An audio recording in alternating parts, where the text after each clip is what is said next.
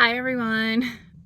I am gonna do a week in my life because I don't have a lot of content based on themes right now. I'm reading a lot of random books, so rather than force a reading theme in a video, I figured I would just do a week in the life this week until I get a better idea of what my next video will be. I do have some ideas. Okay, why do people always pull next to you when you're filming?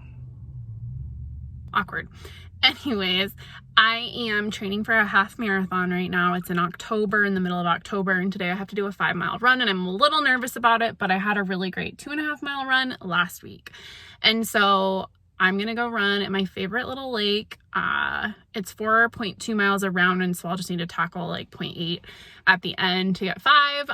But I like running and I want to be better at it. So that's my goal. I haven't ran a half since I was in college, so 10 years ago. So yeah, could be good, could be bad. All right, bye.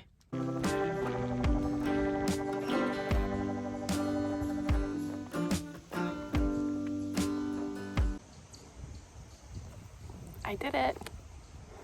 All 5 miles. I'm very tired, but I did it. I'm back from my run. I'm showered. I'm recovering. I had lunch. I am really excited because, like I said, I'm running this half marathon, and it's more of a to prove that I can do it thing for me. Because I just haven't really had something to train for, and I do CrossFit. I'm just pretty proud of myself right now. I'm week 4 of training, I think, and I'm just doing really well. I'm surprising myself. You know, I've just gained weight over the past few years, through infertility and stuff, and I just feel like when I have something I'm working for, I make good food choices, I make good decisions, and I feel my best self. When I don't have something, I'm not as mindful, and I just feel good right now, both mentally and physically. And you should not work out to lose weight. You should work out to be healthy. So that's one of my big things. I want to talk about the books that I will be reading this week. I have quite a few library books out right now. I do need to finish Lore Olympus. I have it, I didn't bring it in here, but I'm almost done with that. That'll take me an hour to read. And then I'm reading the 2 books that I need to read after.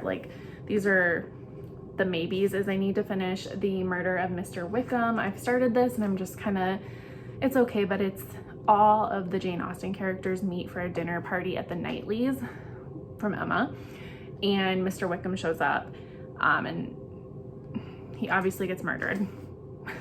And you need to figure out what happens.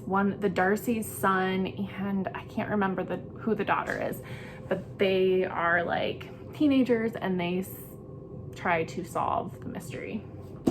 I'm in 2 Inner Life book clubs, one with some friends that we met through Instagram, and then one through some ladies at my church. And we are reading The Glass Castle by Emily St. John Mandel.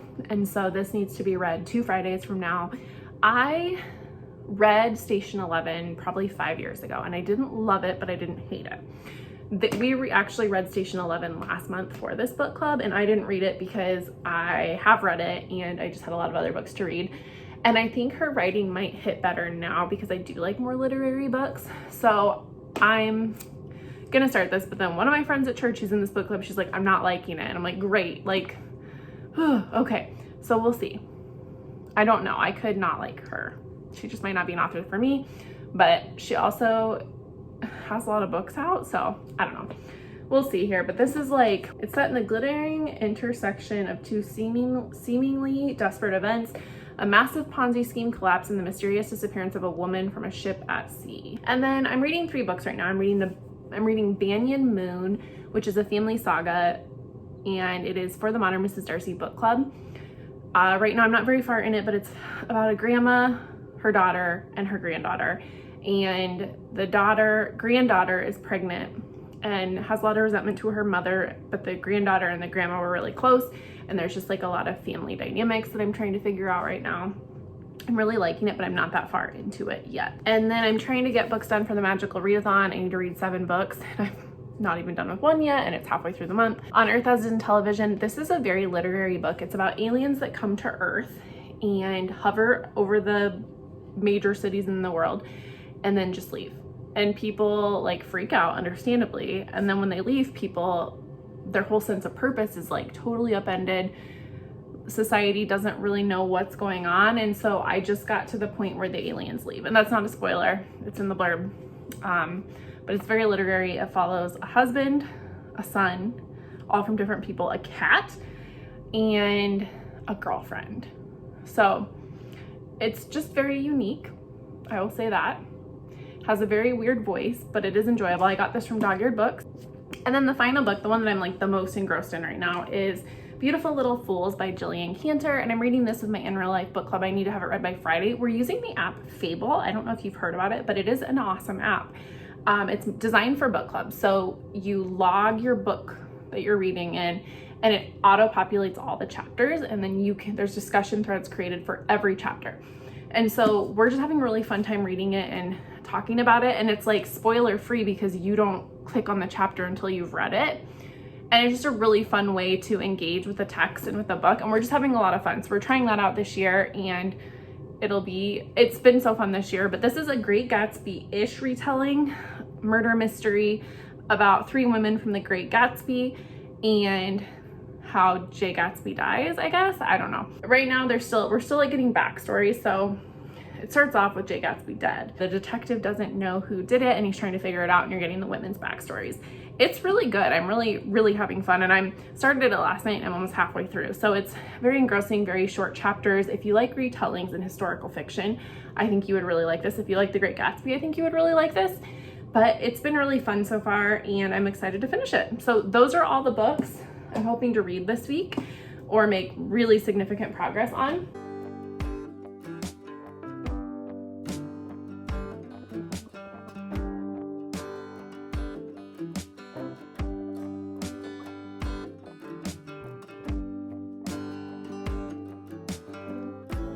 Hey, so it is Tuesday. I really didn't vlog a lot yesterday, even though I had the day off.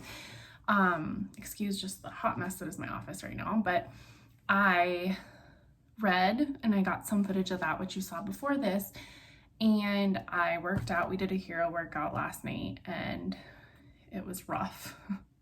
And then today for half marathon training, I did a fartlek, which makes me laugh. I hate that that's the term, but it's basically interval training. So you do like a fast workout. So I ran fast for 3 minutes and then you rest for 3 minutes, run back and forth. I just got done with that and showered, and now I'm back to work for the day. And I just wanted to quickly talk about what I've been reading and how my reading is going. So I first finished Beautiful Little Fools yesterday, and this is a 3.5 read. It was really enjoyable. Not a ton of depth, but it was really fun to discuss with my book club. We were all talking about it on Fable, but this is a Great Gatsby retelling following 4 women, and the ending was crazy. But basically my general consensus, and the consensus of our whole group, is men are awful in this book. Women are in bad situations and have to get out of them. And in this time, the roaring 20s, or 30s, 20s. When is The Great Gatsby even written? I don't know. Anyways, yeah. These women were in bad situations and didn't have a lot of autonomy. We all realized none of us remembered what happened in The Great Gatsby, so we were like spark noting it and stuff. But anyways, it was really fun. It was not a hard read.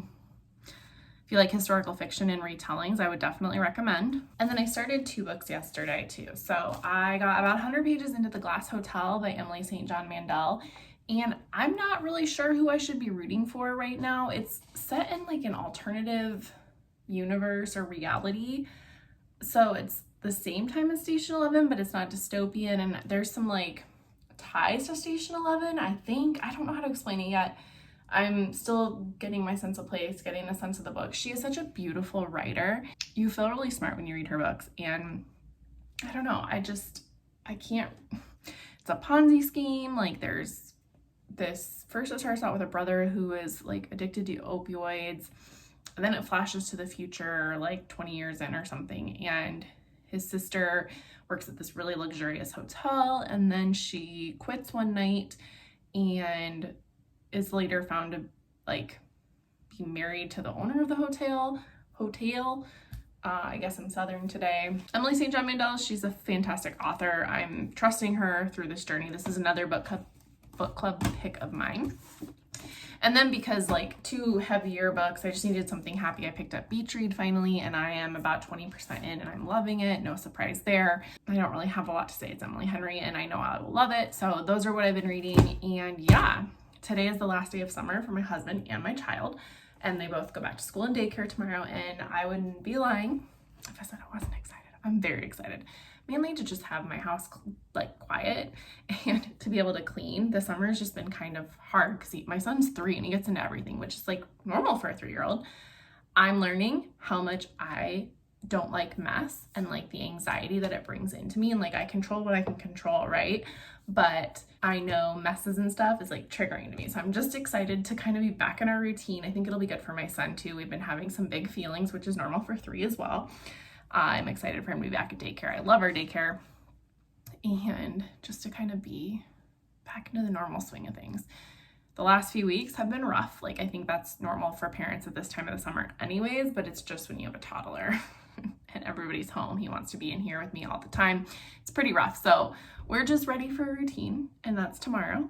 And I don't know, I love my child, I love my husband, but I'm ready to be back in our regular swing of things.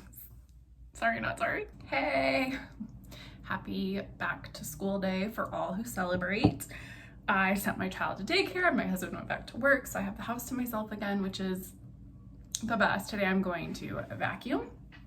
It's charging right now, and mop. Like, it's just the little things in life, and I'm very excited. But I read a bunch of Beach Read last night, and I'm about halfway through, and I really love it. I know it's heavier and a bit darker.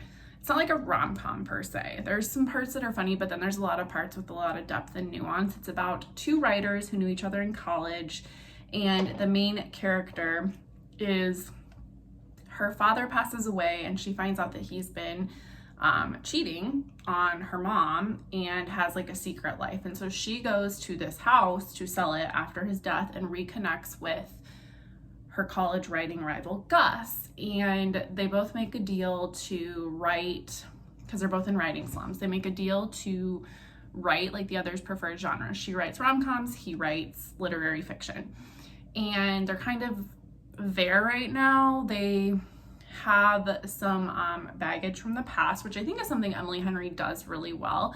She does like the time slips, or not time slips, that's not the right word, but she goes back to the past to examine the characters then and then in the present day. Like People We Meet on Vacation is a perfect example, even Happy Place. And I really like that writing style of hers. It really works for me. But this one, there's just a lot of depth and nuance in it that is not typical of your standard rom-com. And so I'm halfway through. It's early to say, but this might be my favorite one. So I think I loved People We Meet on Vacation. I like Book Lovers, and I really enjoyed Happy Place. So I think Happy Place also has some depth to it. I'm excited for this. I think this might be one of my favorites of her, Beach Read. So that's where I'm at for the week for reading. I'm just loving this Silent House. I need to also watch Red, White, and Royal Blue this week. So that's my other like non-bookish related thing I want to do. But today is a recovery day for running. I'm going to go lift tonight. But I'll just take you here on my day. Bye.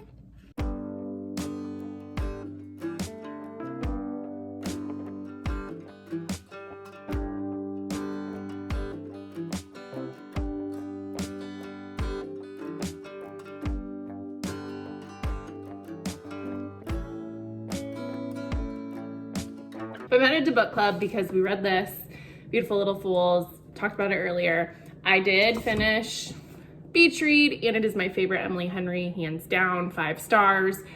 I really liked how deep this was, very nuanced. It covers hard things. It really looks at grief, and then a romance develops out of grief and just kind of figuring out who each person is. I really loved it. I remember listening to Fated Mates back when this came out. I think this came out in 2020, and they did their best books of the year. And this is one of their best books of the year, but I remember them talking about how it wasn't really a romance, but it is a romance, and how Emily Henry just so expertly manages grief in this book, and it just packed a punch, and I totally agree with that. I will say this is my favorite. I think it's Happy Place is not my favorite Emily Henry after this. I would probably say People We Meet on Vacation is. But I do like Happy Place, and I would put that in a similar vein, in that Happy Place also deals with a tough topic, kind of, or a topic with more depth. So there's that. Whereas I think Book Lovers and People We Meet on Vacation are more fun. I don't know, I really love Emily Henry. So I finished this. I got about 100 pages into The Glass Hotel. It's Emily St. John Mandel, and you know, she's a very literary author. I don't still know who I'm rooting for. I don't really know what's happening yet. And that's kind of normal for her. Like, you kind of just get swept into the story and you just trust her to take you for the ride, you know, like that. But yeah, I'm gonna go to book club. We are going to a local eatery. I'm still reading Banyan Moon on my Kindle, and I like it, but it's slow, and I'm not finding myself wanting to pick it up. And it's about 3 women, a grandma, mother, 3 generations, and this house, and just the secrets the family has and all this stuff. And it's just, I don't know. It's hard to pick up. I'm also reading On Earth as It Is in Television, and kind of the same thing. Like, I like it, but I'm just not into it. Like, it's not one I want to pick up even though I'm enjoying it. So those will be probably slow but steadies that I read throughout the rest of the month.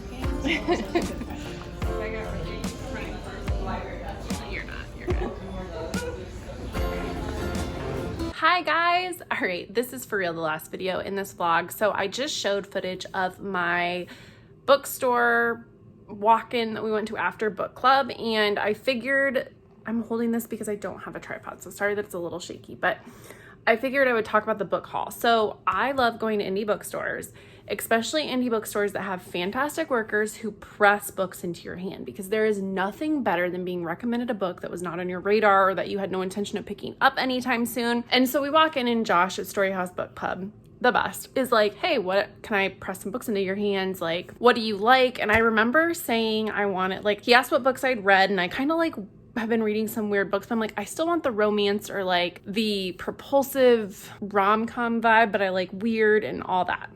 And so he pressed some books to my hands, like literally like 15 books, I think. Like, this stack was huge, and he just kept yanking them, and it was so fun, such a delight. So the first book I bought from his recommendation is Self-Care by Lee Stein. And this is Marian Gilb is on a company-imposed digital detox. She tweets something terrible about the president's daughter, and it's a PR nightmare. Not only is CEO Devin counting on Marian to be fully present for their next round of funding, but indispensable employee Khadija has been keeping a secret that will reveal just how feminist Ritual's values actually are. So it sounds kind of like influencer culture, but in a corporate environment, but he said it's just really, really fun. And then this book I've always been intrigued by. It's Severance by Ling Ma, and all I know is it's a pandemic novel. So those were the 2 presses from him. They're both pink, which I thought was kind of fun. And then I grabbed Her Majesty's Royal Coven, which is 12 books recommended by 12 friends. It's also going to be in some upcoming content that I have coming. And so I just wanted to own this book. Kind of like a Witch Coven book, but with a different dynamic. There's some queer representation. I've had this very highly recommended multiple times, so I'm excited to feature it in an upcoming video. I want to just talk about the books kind of that I also mentioned at the beginning or touched this week. So I DNF'd The Murder of Mr. Wickham. I just could not get into it. Maybe it was wrong time. I'm just not in the mood for this. I do have the sequel for the Modern Mrs. Darcy book club to read, and they're kind of standalone, and I do know kind of the gist of this, so maybe I'll pick it up again later. I don't know. I just wasn't feeling it right now, so I DNF'd it. Got way too many books to read. And then I did finish Lore Olympus Volume 4. I'm kind of done with the series, I think, and I think I said that last time. I love the art, but the characters are kind of annoying in my opinion, and I can't get over some of the pining and like angst of a few of Persephone mainly. But I'm just ready for Hades and Persephone to get together, because that's what they do in the myth, and it's just taking forever to get there. And I know this is a reimagining and all that, but I am just at the point where I'm kind of done with it. I don't know. I'll probably pick up the next one because these only take like an hour to read, but I'm just done. So that was my week in the life. I hope that was kind of fun. I did get actually a lot of reading done this week, which is pretty surprising. I am finishing up editing this video, icing my foot because for whatever reason I woke up this morning and have been unable to put weight on my foot, which is very frustrating. So I didn't go for a long run today, and so I'm kind of annoyed about that. I'm hoping that I can resolve that quickly and keep up with my training. But I am so glad you watched this. Leave a coffee cup emoji if you made it to the end, and until the next video, I will see you later. Bye.